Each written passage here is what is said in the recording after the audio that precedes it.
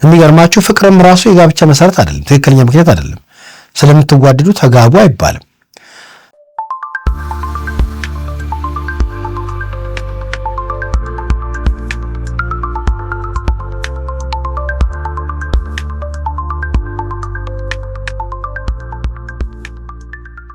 እንዴት ከረማችሁ ውድ የህይወት በቤት የዩቲዩብ ቻናል ተከታታዮቻችን፣ እኔ መስገን ሞላ ነኝ። በጋብቻና በቤተሰብ ህይወት ዙሪያ በተለያዩ መልኮች እሰራለሁ። እንግዲህ አንዱ ይሄ ፕላትፎርም ደግሞ ከእናንተ ጋራ ስለ ጋብቻ፣ ስለ ቤተሰብ፣ ስለ ልጅ አስተዳደግና ስለ ወንድነት፣ ስለ ሴትነት በብዙ መልኩ ሀሳቦች ወደ እናንተ የምናስተላልፍበት ደግሞ ቻናል ነው ማለት ነው። ባለፉት ጊዜያቶች እንግዲህ በጣም ቁም ነገር ያላቸውን ሀሳቦች ከጋብቻ አኳያ አንስተን ነበረ። አሁንም ደግሞ ስለ ጋብቻ የተወሰኑ ሀሳቦች እንሰጣቸዋለሁና መቼም ተነግሮ ስለማያልቅ ህይወቱም ሰፊ ስለሆነ ብዙ እውቀትን ብናገኝ በጣም ጥሩ ነው። ያገባም ያላገባም አለ። በተለይ ዛሬ ያላገቡ ሰዎች ያሁኑና አንድ ሁለት ካሁን በኋላ የሚቀጥሉት ቪዲዮዎች ያላገቡ ሰዎች ጋብቻን በተመለከተ ሊኖራቸው ስለሚገባ እይታና ማወቅ ስላለባቸው ማረጋገጥ ስላለባቸው አጥብቀው መጠየቅና መልሱን ማግኘት ያለባቸውን ጉዳዮች በሚል የተወሰኑ ሀሳቦችን አካፍላችኋለሁ ማለት ነው።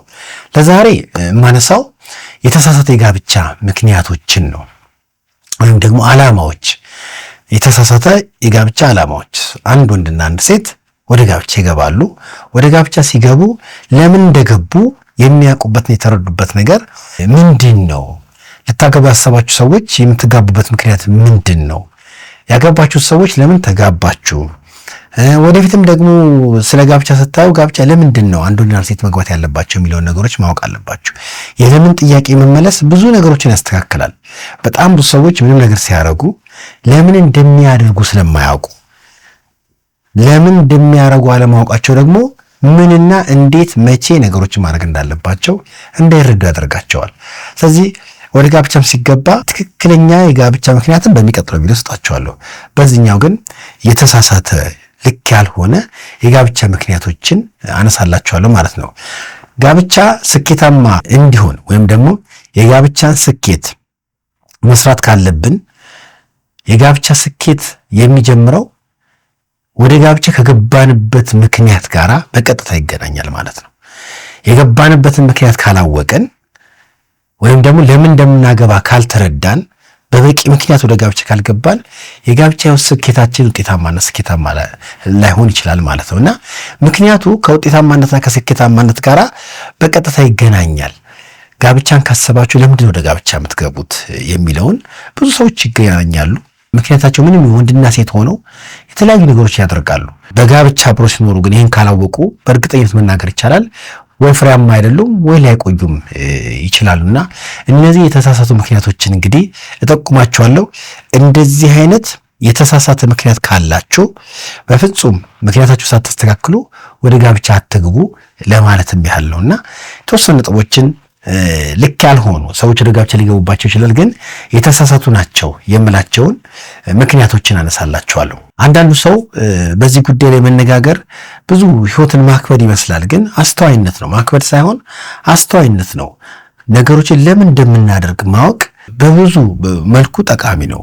ስትማሩ ለምን እንደምትማሩት፣ ስትበሉ ለምን እንደምትበሉት፣ ስትሰሩ ለምን እንደምትሰሩት፣ ምን ነገር ስናደርግ ለምንድን ነው ማረገው የሚለውን ጥያቄ መመለሱ ብዙ ነገሮችን ሊመልስ ይችላል። እንደ አጋጣሚ ደግሞ ሆኖ አብዛኞቻችን የማንጠይቀው ለምን ነው የሆነ ነገር ማድረግ እንጂ ለምን አደርገዋለሁ የሚለውን ጥያቄ ስለማንጠይቅ በተሳሳተ መንገድ ለረጅም ጊዜ እንድንሰነብት ሲያደርገን ይታያል ማለት ነው። የመጀመሪያው የተሳሳተ ምክንያት ሰዎች ከብቸኝነት ለመውጣት ነው። ብቻዬን መሆን ስለማልፈልግ ብለው ለብቻቸው ከመሆን ከብቸኝነት ላምልጥ። ይሄ ሎንሊና አሎን ሁለት የተለያዩ ናቸው። ብቻ መሆንና ብቸኛ መሆን በጣም ይለያያል። ብቻ መሆን አንድ ሰው እንደ ግለሰብ ብቻውን ቢሆን ከግንኙነት የተነጠለ ማለት ነው። ከሌላ ሰው ጋር ያልተጓደነ ማለት ነው። በዛን ጊዜ ለብቻው ራሱ ላይ ህይወቱ ላይ አተኩሮ መስራት ይችላልና ለብቻ መሆኑ ምንም ችግር የለውም። ሰው በጋራ አብሮ ከመኖሩ በፊት ለብቻ ባለበት ጊዜ ለጋራው ህይወት የሚሆኑ ብዙ ነገሮችን ስለሚያዳብር ማለት ነው። ብቸኛ መሆን ግን ማለት በቃ ማንም የሌለው እንደማለት ነው። ከራሱም ጋር ያልተገናኘ እንደማለት ነው። ብቸኛ የሚለው ሎንሊነስ የምንለው ሐሳብ ማለት ነው። አንዳንዱ በዙሪያ ሰዎች ቢኖሩም ብቸኝነት ይሰማዋል። ስሜቱን፣ ሀሳቡን፣ ጊዜውን የሚጋራው ሰው ስለሌለ ሁሉም ነገር በብቸኝነት መንፈስና ስሜት ያደርጋል። ይሄ እንደ ችግርም የሚታይ ነገር ነው። ስለዚህ ከብቸኝነት ለማምለጥ ብለው ወደ ጋብቻ ይገባሉ። በሚያሳዝን ደግሞ መልኩ ብቸኛ መሆናቸውን እንኳን የሚያውቁት ወይም ደግሞ ብቸኛ ነኝ ብለው እንኳን የሚያስቡት ወይም ደግሞ ብቸኛ ስለሆንኩ ሰው ያስፈልገኛል የሚሉበት ምክንያት ደግሞ እውነት ብቸኝነታቸውን ያሳያቸው ምንድን ነው? ራሳቸውን አይተው ብቸኛ ሆኜ ነው ብለው ነው? የአንዳንዶቹ እንደዛ አይደለም። አንዳንዱ ብቸኛ እንደሆነ የሚታሰበው ወይም ብቻውን እንደሆነ አስቦ ቅር የሚሰኘው ቲቪ ሲያይ ሊሆን ይችላል። በቲቪ የሚያያቸው ሰዎች ጥንድ ሆነው በሚመለከትበት በሚያይበት ጊዜ ለካ እኔ ብቻዬን ነኝ ሊል ይችላል። አሁን ከውስጡ የመጣ ሳይሆን በዙሪያው ከሚያየው በሚዲያ ከሚያየው ነገር ነው ማለት ነው። አንዳንዱ ፊልምም ሲያይ ባየው ፊልም ውስጥ ብቸኛ እንደሆነ ነግሮታል እንጂ ራሱ ሰው እንደሚያስፈልገው አሁን የህይወት ደረጃ እዚህ ጋር ደርሷል፣ ከሰው ጋር ተጓዳኝ ሆኜ መኖር አለብኝ፣ ለአንድ ዓላማ ከሚስት ጋር ከባል ጋር መኖር አለብኝ የሚል ከራሱ የመነጨ ሐሳብና ፍላጎት ሳይሆን ከማየት ነው፣ ከፊልም ከቲቪ። ይህም ብቻ ደግሞ አይደለም። ጥንዶች በመኪና ሲሄዱ ሲያይ፣ መንገድ ላይ ካፕሎችን ሲያይ፣ ምግብ ቤት ሰዎችን ሲያይ፣ የተለያዩ ቦታዎች ላይ ሁለት ሆኖ ሲያይ ብቸኛ እንደሆነ ያኔ ይገባዋል። ይሄ እንደው ለብቸኝነቱ እንኳን መነሻ የሆኑ ምክንያት በራሱ ረጅም መንገድ እንዳይሄድ ይከለክለዋል ማለት ነው። በነገራችን ላይ ብቸኛ ነኝ ብሎ ወደ ጋብቻ መግባት ከብቸኝነት ጋብቻው ራሱ አያድነው። በጣም ብዙ ሰዎች ያገቡ ነገር ግን ብቸኛ የሆኑ ሎንሊነስ የሚሰማቸው በዛ ስሜት ውስጥ ሆነው የሚኖሩ ከሰው ጋር እንዳሉ የማይሰማቸው በብዙ ነገር የተነጠሉ ሰዎች ሊኖሩ ይችላሉ። ስለዚህ ከብቸኝነት ለማምለጥ አይደለም፣ ይሄ በጣም ዘላቂ ጋብቻን የሚያዘልቅ በቂ ምክንያት አይደለም ማለት ነው። በዚህ ምክንያት ወደ ጋብቻ የምትገቡ ሰዎችም ደግሞ ልትገቡ የምታስቡ ሰዎች ሰውን ስላያችሁ ብቸኛ እንደሆነ የተረዳችሁ ሰዎች ምናልባት ለግንኙነት አልበቃችሁ ይሆናል። ራስን በማብሰልና በማሳደግ አንድ ሰው ራሱን ለግንኙነት ማብቃት መቻል አለበት። ብቻውን በሆነበት ጊዜ ብቸኛ አይደለም። ነገር ግን ለብቻው ኃላፊነቱ ራሱ ላይ ወስድና ከሌላ ሰው ጋር መሆን እንደሚችል ራሱን ያጠነክራል፣ ያበስላል፣ ያሳድጋል ማለት ነው። ስለዚህ ብቸኛ ነኝ ወይም ደግሞ ከብቸኝነት ነፃ ልውጣ ብሎ ሰውን ማምጣት አብሮ የመኖሩን ህይወት ትርጉም እንዳይኖረው ያደርጋል ማለት ነው። በዚህ መልኩ የሚጋቡ ሰዎች ተጋብተዋል፣ ጋብቻ አላቸው። ነገር ግን በጋብቻ ቢቀመጡ እንኳን የጋብቻውን ህይወት ሊለማመዱት አይችሉም። ዓላማን ያማከለ ነገን የሚያይ ለነገ ደግሞ ሁለቱም በየራሳቸው ማድረግ የሚገባቸውን ነገር በማወቅ የሚተጉበትን መድረክ አይፈጥርላቸውም። ብቸኛ ነኝ ስላለ አብሮ ሆኗል። አብሮ የሚሆንበት ጊዜ ለምሳሌ አብሮነታቸው የህይወትና የዓላማ ይዘት ያለው ሳይሆን ዕለት ዕለት ቤት ውስጥ በሚደረጉ ነገሮች ምናልባት በጋራ መብላት ወይ ጠረጴዛዎች ሼር ያደርጋሉ ማለት ነው። በጋራ መተኛት ሊሆን ይችላል። እነዚህ ነገሮች ናቸው። እነዚህ ደግሞ በጣም ውሱን ናቸው። ቤት ወንበር ሊጋሩ ይችላሉ፣ ሶፋ ሊጋሩ ይችላሉ፣ ጠረጴዛ ሊጋሩ ይችላሉ፣ አልጋ ሊጋሩ ይችላሉ። ይሄ በየቀን የሚደረገውን ነገር እንዲያው በጋራ የማድረግ ነገር ሊመስላቸው ይችላል። ግን ለጋብቻ በጣም ትልቅ ትርጉም የሚኖረው ብቻዬን እንዳልሆን ሰው መጨመር ሳይሆን አብሬ ሆኜ ዓላማን ከሚፈጽመው ሰው ጋር ነው መኖር ያለብኝ ማለት ነው። እንዴት ነው አግብታችሁ ያገባችሁ ሰዎች ብቸኝነት አይሰማችሁም? ብቸኛ ነኝ ብላችሁ አታስቡም? ወይም ደግሞ በሌላ አባባል መጋባታችሁ ከብቸኝነት አድኗችኋል? ከብቸኝነት ነፃ አውጥቷችኋል? ይህንን ነገር ራሳችሁ ልጠይቁት ይገባልና ያላገባ ሰው ብቻዬ ስለሆንኩ ነው ካለ የተሳሳተ ምክንያት ነው ማለት ነው። የተሳሳተ ምክንያት ለተሳሳተ ህይወት ይዳርጋል። ምናልባትም ደግሞ ከተሳሳተው ሰው ጋር ሊያጋባ ይችላል ማለት ነው። ይሄ ለጋብቻ የሚመጥን ምክንያት አይደለም። ጋብቻን በሚመጥን ምክንያት መጋባት ለጋብቻው ጤናማነት የሚሰጠው ትልቅ እድል አለ። ለጋብቻው በማይመጥን ዓላማ ወይም ምክንያት ወይም ደግሞ የማይመጥን ብቻ አይደለም፣ በተሳሳተ የጋብቻ ዓላማ ወደ ጋብቻ መግባት በጋብቻው ደስተኛና ስኬታማ ላለመሆን ይዳርጋል ማለት ነው። ነገን የሚያይ ሰው አገባቡን ያያል። የሚያቆየን የገባንበት አገባብ ስለሆነ ማለት ነውና የመጀመሪያው እንግዲህ ከእንደዚህ ከብቸኝነት ነፃ ለመውጣት የሚል ሐሳብ ነው። ይሄ ትክክለኛ ምክንያት አይደለም። ይህን ነገር ያሰባችሁ ሰዎች በዓላማ እንጂ በዚህ ከገባችሁ ጋብቻችሁ ውጤታማ እንዳይሆን እናንተው ራሳችሁ ምክንያት ትሆናላችሁ ማለት ነው። ሌላው ከብቸኝነት ለማምለጥ የሚደረገው ወይም ደግሞ ከብቸኝነት ለማምለጥ ብዬ አገባለሁ የሚሉ ሰዎች ተያያዥ ችግሮችን ላነሳላችሁ እችላለሁ። በጋብቻቸው መካከል ስለሚያገኙት ጥቅም እንጂ ስላለባቸው ኃላፊነት አያውቁ። ከብቸኝነት የሚያድነኝ ሰው ብለው ስሜታዊና ግላዊ የሆኑ ነገሮቻቸውን ለማግኘት ሊያስቡ ይችላሉ። ይህም ከጋብቻ ውስጥ የሚገኙን ጥቅም ሊያስቡ ይችላሉ። የጎደለብኝ ነገር ልቀበል ከሚሰጠኝ ሰው ጋር በሚል ነው ወደ ጋብቻ የሚገቡት። ስለዚህ ስለሚገኘው ነገር ካሉበት ነገር ነፃ ከሚያወጣቸው ነገር አንጻር ይሄን ነገር ሊያስቡ ይችላሉ። ግን ጋብቻ እንደዚህ ከሚሰጠኝ ተብሎ ጥቅም የታሰብ ብቻ ሳይሆን እንደዚህ ከማደርግለት በሚል የኃላፊነት መንፈስ ነው የሚገባው። እንዲያርጌ ልኖርለት እችላለሁኝ ወይ? በዚህ ልክ እንደዚህ የሆንኩላት ልኖር እችላለሁኝ ወይ በሚል ስለ ኃላፊነቱ መታሰብ አለበት እንጂ ስለ ጥቅሙ መታሰብ የለበትም። ጥቅም የለበትም አይደለም። ነገር ግን የኃላፊነት መንፈሱን ነው ጥቅሙን እንኳን ራሱ ያለማቋረጥ እንድናገኝበት የሚያደርገው። ስለዚህ ከብቸኝነት ላምለጥ ብቻዬን ሆንኩኝ፣ ሰው ሁሉ አገባ፣ ስቀመጥም እንደዚህ አይነት ስሜት ይሰማኛል ብለው ወደ ጋብቻ መግባት የሚያስቡ ሰዎች አሁንም ገብተው ለግል ነገራቸው ብቻ እንዲደሰቱ ነው የሚያደርጋቸው። ማድረግ የሚገባቸውን የኃላፊነት መንፈስ ወይም ደግሞ የኃላፊነት ድርጊት ስለሌላቸው ስለማያደርጉ በገዛ እጃቸው ጋብቻውን ሊያበላሹትና ሊያፈርሱትም ይችላሉ። ስለዚህ አሁንም እዚህ ጋር ጥቅም ፈልጋችሁ ነው ወይንስ ኃላፊነት ልትወጡ ነው ወደ ጋብቻ የምትገቡት? ትኩረታችሁ የትኛው ላይ ነው? ኃላፊነት ላይ ቢተኮር አንድ ሰው እንደ ግለሰብ ራሱን ካበቃ ካሳደገ በኋላ ራሱን ለሌላ ሰው ማብቃት ለሌላ ሰው ኃላፊነት መውሰድ የሚችልበት ደረጃ ላይ ደርሷል ማለት ነው። ያን ጊዜ ጋብቻውም ስኬታማና ውጤታማ ይሆናል እና ከብቸኝነት ለማምለጥ ሲገባ አብዛኛው ሰው የተሰማውን ስሜት በሚያገባው ሰው ለማስወገድ ስለሚያስብ ነው። ስለዚህ ረጅም መንገድ አያስኬደውም። አሁን በስያለሁ አድጌያለሁ፣ ባል ለመሆን ሚስት ለመሆን በቅቻለሁ፣ ከሌላ ሰው ጋር ይህን ኃላፊነት እየተወጣሁ መኖር እችላለሁ የሚል ሰው ግን ለጋብቻ ራሱን እያበቃ እንደሆነ የሚያሳይ ነገር ማለት ነው። እንግዲህ የተሳሳቱ ምክንያቶች እያነሳሁላችሁ በዋነኛነት ብዙዎች የሚያደርጉት ይሄ ስለሆነ ብቸኝነት ላይ አተኩራለሁ። ግን ከዚህ የሚወጡ ትክክለኛ ያልሆኑ የጋብቻ ምክንያቶች ይኖራሉ። እነሱንም ማንሳት ይቻላል።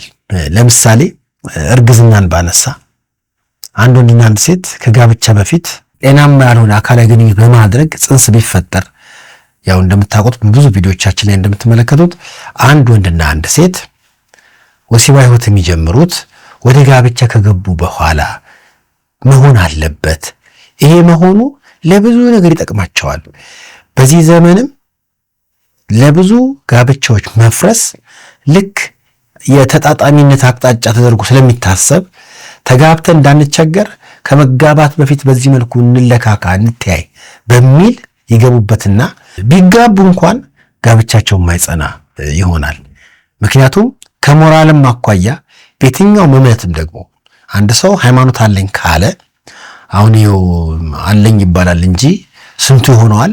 እንግዲህ ሁሉም ራሱን መጠየቅ አለበት።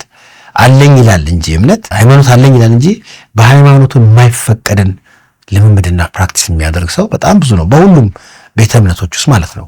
ወደዚህም ሲመጣ ህጋዊ ሆነ ወይም ደግሞ በትክክለኛ መልኩ ተጋብተው ባልሆነበት ጊዜ ወሲባዊ ልምምድ ውስጥ መግባት የለባቸውም።